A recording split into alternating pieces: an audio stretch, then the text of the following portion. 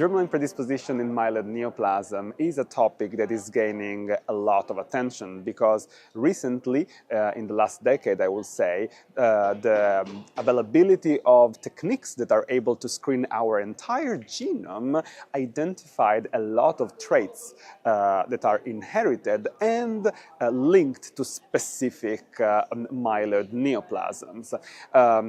We can say that in all comers MDS and AML, 5 to 10% have inherited trait. So this means that it's a non-negligible fraction, and knowing so, it's important because of the clinical repercussion that we have if we suspect that there's like a familiar trait segregating in the patient's family. Because, for instance, if the patient needs a transplant, we must rule out that the donor, if it's a relative, has the same mutation that perhaps is not being brought to light by an actual disease.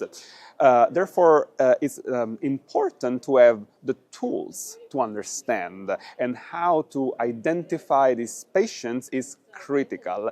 So together with a Spanish group of colleagues, Adrian Mosqueira Orgueira and Andrés Jerez, we created a chatbot that is a sort of like our Siri for hematologists that need tips on how to identify, or if identified, how to interpret molecular results. And this chatbot is very easy to use. You can ask questions in multiple languages, and or even like ask what to do with this clinical vignette.